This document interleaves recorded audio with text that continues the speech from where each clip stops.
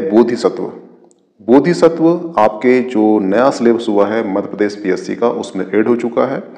तो यहाँ से जितने क्वेश्चन आ सकते हैं आपके पीएससी के प्री में, वहाँ से इसमें पूरे एमसीक्यू इसमें इंक्लूड किए गए हैं। ठीक है, तो प्लीज प्रो लेक्चर वॉच कीजिए। आपका स्वागत है मीमांसा एकेडमी में। तो पहला क्वेश्चन उठता है कि बोधिसत्व क्या है।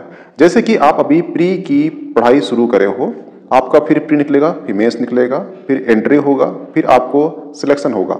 तो प्री से लेकर सिलेक्शन तक की जो प्रोसेस होगी, यहां से यहां तक आप कहलाओगे बोधिसत्व कहलाओगे। और जब आपका सिलेक्शन हो जाएगा तब आप बुद्धत्व को प्राप्त हो जाओगे। तो बोधिसत्व का मतलब होता है ऐसा व्यक्ति जो बुद्ध बनने के लिए, मोक्ष प्राप्त करने के लिए मार्ग पर है, उसे कहते हैं बोधिसत्व। हुआ क्लियर? अब चलते हैं एमसीक्यू में। पारमिताओं की संख्या कितनी है? पारमिताओं की जो संख्या है वो 10 संख्या है। यानी कि कोई व्यक्ति अगर बुद्ध बनना चाहता है तो उसको 10 पारमिताओं को पालन करना पड़ेगा, और 10 पारमिताओं को जब पालन करेगा वो बुद्ध को प्राप्त हो जाएगा। तो पहला है दान, शील, प्रज्ञा, वीर, शांति, सत्य, अधिनिष्ठा, मैत्री, उपेक्षा। अगर इन सभी को पार कर लिया तो सिंपल सी बात है कि वो बुद्ध को प्राप्त हो जाएगा। उनकी संख्या 10 है। आपको याद रखना है कि पारमिताओं की संख्या कितनी है? 10 है। बोधिसत्व के कितने गुण होते हैं? तो बोधिसत्व के 4 गुण होते हैं। एक है मैत्री, करुणा, मुदित, उपेक्षा। मैत्री यानी कि आप हर किसी के साथ मैत्रीपूर्ण भाव रखें। करुणा यानी कि किसी दूसरे का दुख को अपना ही दुख समझे, करुणा कहलाता है। मुदित यानी कि किसी अन्य की खुशी में ऐसा करो कि आपको ऐसा भाव हो कि वो मेरी ही खुशी है, ये कहलाता है मुदित। ये 4 प्रकार के गुण होते हैं। तो आपको क्वेश्चन आएगा बोधिसत्व के कितने गुण होते हैं? तो 4 गुण होते हैं बोधिसत्व के। तो ये क्वेश्चन है, आर्य मंजूश्री मूल कल्प निम्नलिखित में से किससे संबंधित है? तो ये ध्यान रखना, ये क्वेश्चन जो है कब आया है? ये क्वेश्चन मध्य प्रदेश पीएससी में 2023 की प्री में आ चुका है। वह क्लियर? अब क्वेश्चन करा है इसने कि आर्य मंजूश्री मूल कल्प निम्नलिखित में से किससे संबंधित थे? तो जो बोधिसत्व ये हैं बौद्ध धर्म में, ये जो आर्य मंजूश्री हैं, ये महायान शाखा से इनका संबंध था। लेकिन इसका आंसर वज्रयान भी है, क्योंकि जो वज्रयान का जो विकास है वो एक्चुअली महायान शाखा से हुआ है। इसलिए आर्य मंजूश्री का संबंध वज्रयान और महायान दोनों से है। तो इसका जो आंसर हो जाएगा वो ए और डी हो जाएगा। क्या हो जाएगा? ए और डी हो जाएगा। वह क्लियर? ये ध्यान रखना कि जो आर्य मंजू हैं ये पुरुष बोधिसत्व के रूप में दर्शाए गए हैं। यह बुद्धि और ज्ञान के बोधिसत्व हैं। बौद्ध मठों में ध्यान कक्ष में इनको रखा जाता है। इनकी जो मूर्ति है, ये जो बौद्ध मठ होते हैं उनका जो ध्यान कक्ष होता है वहाँ पे इनकी मूर्ति स्थापित की जाती है। और जो महायान शाखा है उसमें जो बौद्ध धर्म है इसमें सबसे महत्वपूर्ण बोधिसत्वों में से एक है। वह क्लियर? और ये ध्यान रखना कि इनकी ये मूर्ति है, इनकी मूर्ति में एक हाथ में दिया गया है खड़ा के तलवार। इसका जो अर्थ होता है ये है कि ज्ञान के समान और अज्ञान का नाश करना। वह क्लियर? दूसरे हाथ में यहाँ पे दिया गया, देखो ये दिया गया है कमल। ठीक है, दूसरे हाथ में इन्होंने कमल पकड़े हुए हैं। और इनकी जो ये छवि है, ठीक है, ये जो बौद्ध अनुयायी होते हैं इनमें काफ़ी लोकप्रिय छवि है किसकी? आर्य मंजूश्री की। चीनी बौद्ध धर्म में आर्य मंजूश्री को क्या बोला गया है? वो बोला गया है वेंसु। क्या बोला गया है? वो बोला गया है वेंसु। ठीक है, कभी ये क्वेश्चन आ जाए कि आर्य मंजूश्री को चीन में क्या कहते हैं? तो वो वेसु कहते हैं। ठीक है, और ये भी ध्यान रखना कि जो आर्य मंजू हैं ये जो 4 महान बोधिसत्व होते हैं उनमें से एक के रूप में सम्मानित किए जाते हैं। वह क्लियर? और सबसे मोस्ट आईएमपी क्वेश्चन ध्यान रखना कि जो अजंताई गुफा है वहाँ पर समर्पित गुफा में एक चित्र है, और किसका मौजूद है? वो आर्य मंजूश्री का चित्र है। तो कभी क्वेश्चन आएगा कि जो अजंताई गुफा है समर्पित गुफा, उसमें किसका चित्र है? तो वो आर्य मंजूश्री बोधिसत्व का चित्र है। वह क्लियर? तो जो आर्य मंजूश्री बोधिसत्व हैं उनसे इतने क्वेश्चन पूछेगा, इससे क्वेश्चन बाहर नहीं जाएंगे। वह क्लियर? अवलोकितेश्वर कि कौन सा लोकप्रिय रूप है। देखना, जो अवलोकितेश्वर ये बोधिसत्व हुए हैं, इन बोधिसत्वों में सब इनके जो बहुत सारे रूप हुए हैं उसमें से लोकप्रिय जो रूप है वो है पद्मपाणि। इसका मतलब होता है कि देखना आप इमेज में कि ये है कमल और ये है हाथ, हाथ में रखे हुए कमल को कहा जाता है पद्मपाणि। और ये सबसे अवलोकेश्वर जो बोधिसत्व हैं उनके ये लोकप्रिय रूप हैं। ठीक है, पहला। दूसरा, इनको चीन में बोलते हैं गुयानिन माता, यानी चीन में इनको गुयानिन माता के रूप में माना जाता है। कहने का मतलब यह है कि भारत में जो पद्मपाणि है इन्हें पुरुष रूप में माना जाता है और चीन में इन्हें माता रूप में माना जाता है, यानी वहां पे स्त्री रूप में माना जाता है। तो आपको क्वेश्चन ये आ सकता है कभी भी कि ऐसा कौन से बोधिसत्व हैं जिसे भारत में पुरुष और चीन में स्त्री रूप में देखा जाता है, तो वो है पद्मपाणि। ठीक है। दूसरा, इनका जो चित्र है, इनकी मूर्ति मिली है महाराष्ट्र की गुफा में। उनके हाथ में, उनका हाथ 4 है और मुख 11 है। तो ये क्वेश्चन यूपीएससी में आ चुका है कि किस गुफा में अवलोकेश्वर की 11 मुख की मूर्ति प्राप्त हुई है, तो महाराष्ट्र की एक मूर्ति है। ठीक है, हुआ क्लियर। और कुछ जो अनुयायी हैं बुद्ध धर्म के, वो ये मानते हैं कि जो अवलोकेश्वर हैं उनके जो अवतार हैं कौन है, जो दलाई लामा है वो उनके अवतार है। तो ये थी अवलोकेश्वर की पूरी कहानी। यहां से क्वेश्चन आएंगे, जो भी एक्स्ट्रा फैक्ट है आप ये भी लिख लेना, क्योंकि ये क्वेश्चन वो हैं जो आ चुके हैं। भविष्य का बोधिसत्व किसे कहते हैं? देखना, ये जो इमेज देख रहे हैं ये इमेज है मैत्रेयनाथ की। ठीक है, मैत्रेयनाथ की इमेज है ये, और इन्हें जो है भविष्य का बोधिसत्व कहते हैं। पहला फैक्ट हो गया। दूसरा फैक्ट याद रखना कि एक क्वेश्चन आपको आया है कि ऐसे कौन से बोधिसत्व हैं जो गौतम बुद्ध के उत्तराधिकारी हैं, तो वो भी कौन है, वो मैत्रेयनाथ है। क्योंकि ये भविष्य में जब भी अनैतिकता, ठीक है, अत्याचार जब बढ़ जाएगा पृथ्वी में, तो उसको खत्म करने के लिए एक अवतार होगा बोधिसत्व का, वो होंगे कौन, मैत्रेयनाथ। इसलिए कहा गया है कि बुद्ध के ये उत्तराधिकारी हैं। जिस प्रकार से बुद्ध ने बौद्ध धर्म की स्थापना की, उसकी पुनर्स्थापना कौन करेंगे, मैत्रेयनाथ करेंगे। तो ये इनका फैक्ट था।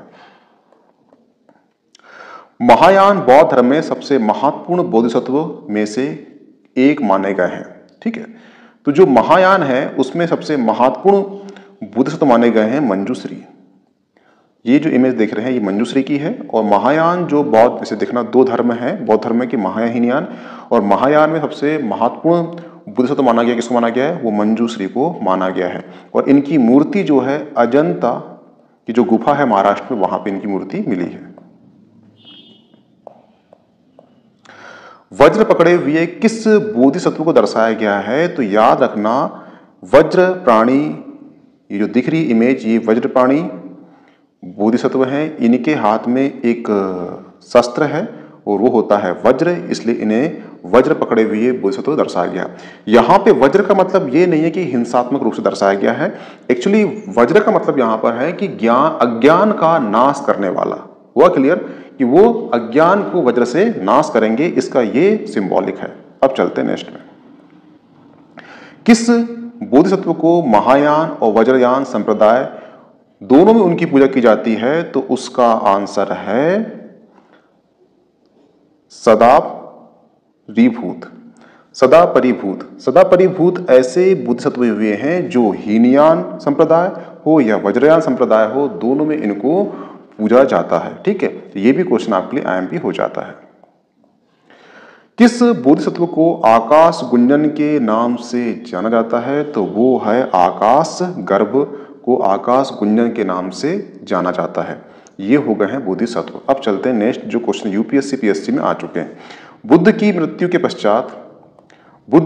पश्चात प्रथम बौद्ध संगति के अध्यक्ष कौन थे, तो याद रखना बुद्ध की मृत्यु के पश्चात जो प्रथम बौद्ध संगति हुई थी, वो संगति के जो अध्यक्ष थे वो अध्यक्ष थे महाकश्यप अध्यक्ष थे। और इस संगति में इनके जो बुद्ध के 2 चेले भी थे, एक है आनंद और एक है उपाली। और इसी संगति में जो बुद्ध की जो शिक्षा थी उसका संकलन हुआ था, और उसमें एक जो संकलन हुआ था उसमें एक विनय पिटक और एक है सुत्त पिटक, 2 भागों में विभाजित कर दिया गया था।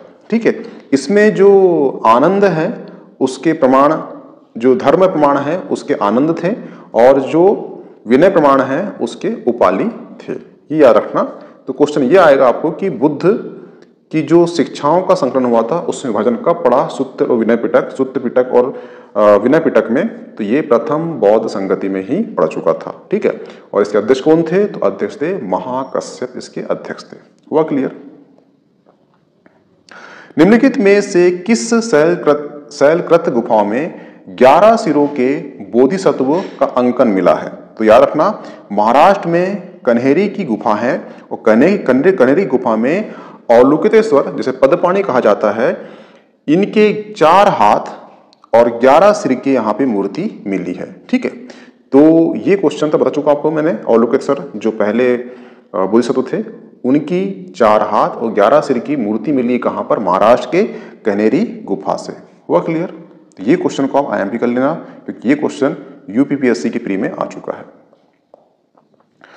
शुद्धि मग्न की रचयिता कौन है? तो याद रखना कि जो थेरवाद संप्रदाय हुआ है, थेरवाद संप्रदाय में जो थेरवाद बौद्ध सिद्धांत हुआ है, उसमें एक बुद्ध घोष हुए हैं। बुद्ध घोष ने शुद्ध दिगम नाम की रचना की थी, और ये थेरवाद संप्रदाय का महान ग्रंथ माना जाता है। सर एडविन अर्नोल्ड की पुस्तक है द लाइट ऑफ एशिया आधारित है। याद रखना कि द लाइट ऑफ एशिया जो बुक है उसमें कहा गया है भगवान बुद्ध को एशिया का प्रकाश पुंज, और इस बुक का प्रकाशन हुआ था 1879 को। ठीक है, और ये बुक किस पे आधारित है? तो वो है ललित विस्तार पर। ललित विस्तार कौन सी बुक है? जिसमें बुद्ध की जो पुरानी जितनी भी कथाएं हैं उसका विस्तार पूर्वक वर्णन इस बुक में दिया गया है। इस पर ही आधारित कौन सी बुक है? वो लाइट ऑफ एशिया बुक है। किसकी बुक है वो? सर एडविन अर्नोल्ड की पुस्तक है। महायान बौद्ध धर्म में बोधिसत्व अवलोकितेश्वर को और किस अन्य नाम से जाना जाता है? तो उसका आंसर है पद्मपाणि। बता चुका हूं आपको कि इनके बहुत से रूप हुए हैं, परंतु सबसे प्रसिद्ध जो रूप हुआ है वो पद्मपाणि हुआ, यानी कि हाथ में कमल लिए हुए। ठीक है, और पद्मपाणि किसके रूप थे? वो अवलोकितेश्वर के रूप थे। इनकी मूर्ति कहाँ मिली है? कन्हेरी की गुफा मिली है। कहाँ पर? महाराष्ट्र में। वहां पे 4 हाथ और 11 मुख वाली मूर्ति मिली, किसकी? अवलोकितेश्वर की। ठीक है, हुआ क्लियर? और इन्हीं को चीन में गुयानिन माता नाम से जाना जाता है, यानी कि चीन में ये स्त्री रूप में है और भारत में ये पुरुष रूप में है। हुआ क्लियर? और एक चीज याद रखना कि एक जो महायान का एक ग्रंथ है जिसका नाम है कमल सूत्र। कमल सूत्र में इनका व्यापक उल्लेख है, ये भी याद रखना। ये उससे पूछ सकता है कि किस सूत्र में इनका व्यापक उल्लेख है? तो वो कमल सूत्र में। कमल सूत्र किस संप्रदाय की महान ग्रंथ है? तो वो महायान संप्रदाय की महान ग्रंथ है। हुआ क्लियर? भारतीय इतिहास संदर्भ में निम्नलिखित में से कौन भावी बुद्ध हैं जो संसार की रक्षा हेतु अवतरित होंगे? बता चुका हूं आपको कि जो मैत्रेयनाथ हैं वो भगवान बुद्ध के उत्तराधिकारी होंगे, यानी कि जब संसार में अनैतिकता, अत्याचार जब बढ़ जाएगा तो बुद्ध का दोबारा जन्म होगा, और वो कौन से बुद्ध होंगे? वो होंगे मैत्रेयनाथ। इसलिए भगवान बुद्ध का उत्तराधिकारी किसको कहा गया है? वो बोला गया है मैत्रेयनाथ को। हुआ क्लियर? अब चलते नेक्स्ट। भारत में सबसे पहले किसे मूर्ति के रूप में पूजा गया था? ऐसे कौन से मानव थे जिनकी मूर्ति बना के पूजा किया था? तो वो थे भगवान बुद्ध। भगवान बुद्ध ऐसे विश्व के एकमात्र व्यक्ति हुए हैं जिनकी पूजा जो है भगवान के रूप में, मूर्ति बना के रूप में हुई है। ठीक है, अब क्वेश्चन ये उठेगा आपसे कि जो 2 संप्रदाय हैं, एक हीनयान एक महायान, इस दोनों संप्रदाय में से किसने सबसे पहले मूर्ति बनाकर पूजा था? तो महायान संप्रदाय जो हुआ है किसका? बौद्ध धर्म का। उसने सबसे पहले बुद्ध की मूर्ति बनाया और उसकी पूजा किया। ठीक है, तो क्वेश्चन कभी आएगा क्वेश्चन आपको कि विश्व के पहले ऐसे कौन से मानव हैं जिनकी मूर्ति बना के पूजा की गई है? तो वो है भगवान बुद्ध की। हुआ क्लियर? अब चलते हैं नेक्स्ट में। क्षणिकवाद का प्रतिपादन किसने किया था? ठीक है, तो जो भगवान बुद्ध है, भगवान बुद्ध ने बोला था कि संसार में जो भी चीज दिख रही है वो क्षण भर के लिए है। तो इनसे क्वेश्चन किया गया कि जो पहाड़ है, जो एवरेस्ट है, जो पर्वत है, पहाड़ है, तो स्थिर दिखते हैं। तो भगवान बुद्ध ने बोला कि ये स्थिर दिख इसलिए रहे हैं कि इनका जो क्षय है, इनका जो क्षरण है बहुत स्लो हो रहा है, बहुत आराम से हो रहा है। क्योंकि उन्होंने एग्जाम्पल दिया, जहां पे आज आपको हिमालय दिख रहा है वहां पे बहुत पहले एक तेथिस सागर था, तो उसका क्षरण इतने स्लो हो रहा है कि तुमको वो दिख स्थिर रहा है, परंतु संसार जो चीज है वो क्षणिकवाद है। इसी को भगवान बुद्ध ने बोला था क्षणिकवाद दर्शन जाता। हुआ क्लियर? 9 बौद्धवाद के प्रतिपादक कौन थे? देखना कि जो अंबेडकर जी हुए हैं, अंबेडकर जी ने जो बौद्ध धर्म था उसमें कुछ कमियां थी, उसमें कुछ अपना ही फिलॉसफी एड ऑन करके एक नया वाद दिया गया जिसको 9 बौद्धवाद कहा गया। तो अंबेडकर जी को प्रतिपादन कहा जाता है किसका? 9 बौद्धवाद का। इसमें 22 प्रतिज्ञा थी, 22 प्रतिज्ञा थी इसमें। ठीक है, ये भी क्वेश्चन कर सकता है कितनी प्रतिज्ञा थी, तो 22 प्रतिज्ञा थी इसमें अपना अंबेडकर जी के 9 बौद्धवाद में। हुआ क्लियर? प्राचीन भारत में बौद्ध मठों में पर्वन नामक समारोह आयोजित किया जाता था। देखना, जो बौद्ध धर्म था वो अपना प्रचार प्रसार जो है या संगति जो है बरसात या वर्षा में बंद कर देते थे। तो वहां पे जो बंद करते थे तो इनका एक होता था समारोह जिसको बोलते थे पर्वन समारोह। ठीक है, और इस समारोह में सारे भिक्षु जो हैं वो योजना बनाते थे कि कौन सा काम हो चुका है, कौन सी योजना हमके आगे करना है। एक काम तो करते थे, और दूसरा सबसे बड़ा काम होता था इनका, इनकी जितनी भी गलतियां हुई हैं उस गलतियों को, अपराध को स्वीकार करना इनका एक काम होता था, पहला काम। दूसरा काम, ठीक है, तो यहां पे क्वेश्चन दिया है आंसर बी, वर्षा ऋतु के दौरान मठों में प्रवास के समय भिक्षुओं द्वारा किए गए अपराध को स्वीकारोक्ति का अवसर होता था। तो इसका आंसर होगा ये बी। हुआ क्लियर? ये IAS 2002 में आ चुका है। सर्वप्रथम स्तूप शब्द कहां मिला है? देखना, जो 4 वेद हुए हैं, ऋग्वेद, यजुर्वेद, सामवेद, अथर्ववेद में सबसे पहले जो स्तूप शब्द का उल्लेख मिला है वो ऋग्वेद में मिला है। ठीक है, और ये क्वेश्चन जो है CGPSC में 2015 में पूछ चुका है। और स्तूप का अर्थ होता है कि किसी वस्तु का ढेर। अनात्मवाद सिद्धांत किसका है? अनात्म सिद्धांत भी जो है भगवान बुद्ध का दर्शन है। बौद्ध गया में बोधि वृक्ष अपने वंश की इस पीढ़ी किस पीढ़ी का है? तो समझना कि बुद्ध ने सबसे पहले यहां पर बुद्ध वृक्ष के नीचे ज्ञान प्राप्त किया। वो ज्ञान को बोलते हैं बोध, उनको बोध हुआ, ज्ञान प्राप्त हुआ, इसलिए उसको बोलते हैं बोधि वृक्ष। हुआ क्लियर? दूसरी चीज, कई कहानियां मिलता है कि जो भगवान बुद्ध है उनकी ही कोई रानी थी, भगवान बुद्ध के भाई की रानी थी, कहीं मिलता है, तो उनने इस वृक्ष को कटवाने का प्रयास कर दी। एक प्रयास हो गया, पेड़ कट गया, फिर से उसमें अंकुर आ गया और पेड़ बन गया फिर से। ठीक है, इसके पश्चात राजा, एक पीढ़ी हो गई और दूसरी पीढ़ी शशांक हुए, शशांक ने फिर कटवा दिया पेड़ को।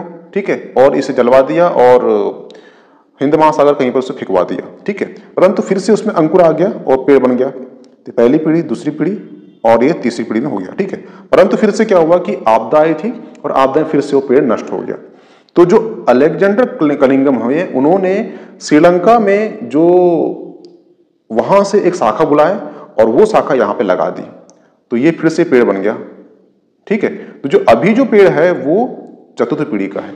अब क्वेश्चन ये उठता है कि अलेक्जेंडर कनिंघम ने श्रीलंका से ही क्यों शाखा बुलाया? क्योंकि आपको याद होगा कि जो अशोक हुए हैं उनके 2 पुत्र हुए थे, पुत्री हुए थे, संघमित्रा और महेंद्र। इनको इन्होंने श्रीलंका भेजा था बौद्ध धर्म के प्रचार हेतु। तो जो श्रीलंका जब भेजा था तो उनके साथ एक टहनी दी थी, किसकी? वो बोधि वृक्ष की, और ये टहनी को वहां लगा के आए थे। उस टहनी की शाखा को किसने बुलाया? अलेक्जेंडर कनिंघम ने बुलाया और उससे वहां पर लगवा दिया। तो इसकी चौथी पीढ़ी है, ये याद रखना। कहीं आपको 5वीं पीढ़ी दिखेगा, परंतु आपको मैं कहानी बता चुका हूं, ये पहली, दूसरी, तीसरी और चौथी पीढ़ी है। तो याद रखना कि ये चौथी पीढ़ी है भगवान बुद्ध की। हुआ क्लियर? अब चलते नेक्स्ट में। भारतीय कला में बुद्ध के जीवन को किस घटना का चित्रण मृग संहिता चक्र द्वारा हुआ है? ठीक है, तो इनका जो प्रथम उपदेश हुआ था वो सारनाथ में हुआ था, और सारनाथ जिस वन में हुआ था वो वन था हिरणों का वन, इसलिए उसको मृग संहित चक्र कहा जाता है। याद रखना, वो जंगल जो था हिरणों का था, इसलिए उसे कहा जाता है मृग संहित चक्र। गौतम बुद्ध का जन्म कब हुआ था? तो वो 563 में हुआ था। और ये कहाँ पे हुआ था? कपिलवस्तु के एक लुम्बिनी नामक गांव में हुआ था। गौतम बुद्ध द्वारा अपने धर्म में दीक्षित किए जाने अंतिम, क्या है यहाँ पर क्वेश्चन, अंतिम व्यक्ति कौन थे? तो वो थे सुबध। सुबध अंतिम व्यक्ति थे जिन्होंने उन्हें दीक्षा दी थी। किसने? गौतम बुद्ध ने। बुद्ध ने सर्वप्रथम उपदेश दिया, कहां पे दिया था? सर्वप्रथम सर्वाधिक जो उपदेश है वो श्रीवास्तव में दिया था भगवान बुद्ध ने। ये क्वेश्चन यूपीएससी में 2011 में पूछ चुका है। निम्नलिखित में से एक बौद्ध धर्म मत में निर्वाण की अवधारणा की सर्वश्रेष्ठ व्याख्या की गई है। ठीक है, ये सारे मत है, परंतु इसमें क्या है? तृष्णा रूपी अग्नि का समन।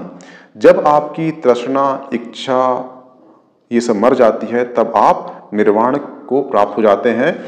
ये आईएएस के 2013 में पूछ चुका है। कहने का मतलब ये है कि आप बुझे हुए बीज के समान हो। आप बीज तो हो, पर किसी अन्य जो पेड़ होगा उसे तुम दोबारा से उग नहीं सकते, बुझे हुए बीज की तरह होना चाहिए। ये बोल रहे हैं कि आपकी जो कर्म की इच्छा हो वो कर्म इच्छा ऐसी ना हो कि मुझसे किसी का लाभ हो। ठीक है, मुझे कुछ लाभ हो, ऐसी कर्म इच्छा ना हो। इसलिए लगे हैं जहां पे तृष्णा रूपी अग्नि का समन हो जाए उसे कहते हैं निर्वाण की अवधारणा। महात्मा बुद्ध का महापरिनिर्वाण किसके गणतंत्र में हुआ है? तो वो मल्ल गणतंत्र में हुआ है। ठीक है, तो ये लेक्चर था महात्मा बुद्ध और बोधिसत्व के जितने क्वेश्चन हो सकते हैं इसमें इंक्लूड किए गए थे। और ये जो आपका नया टॉपिक है यहाँ से डीप क्वेश्चन नहीं जाएगा। जितने टॉपिक मैंने कराया हूँ वहाँ से, जितने क्वेश्चन मैंने कराया हूँ वहाँ से ही आपके एमसीक्यू आपको एग्जाम में दिखेंगे। इससे डीप नहीं जाएगा क्योंकि इसे मैंने पिछले जो यूपीएससी पीएससी के जो पेपर आए हैं उसको इंक्लूड किया है, प्लस जो बोधिसत्व जो एड हुए हैं उसके जितने भी एमसीक्यू होते हैं उनका कुछ एक्स्ट्रा फिट बताया हूँ, तो वो भी आपने नोट्स में नोट डाउन कर लेना। Okay, thanks. अब मिलते हैं।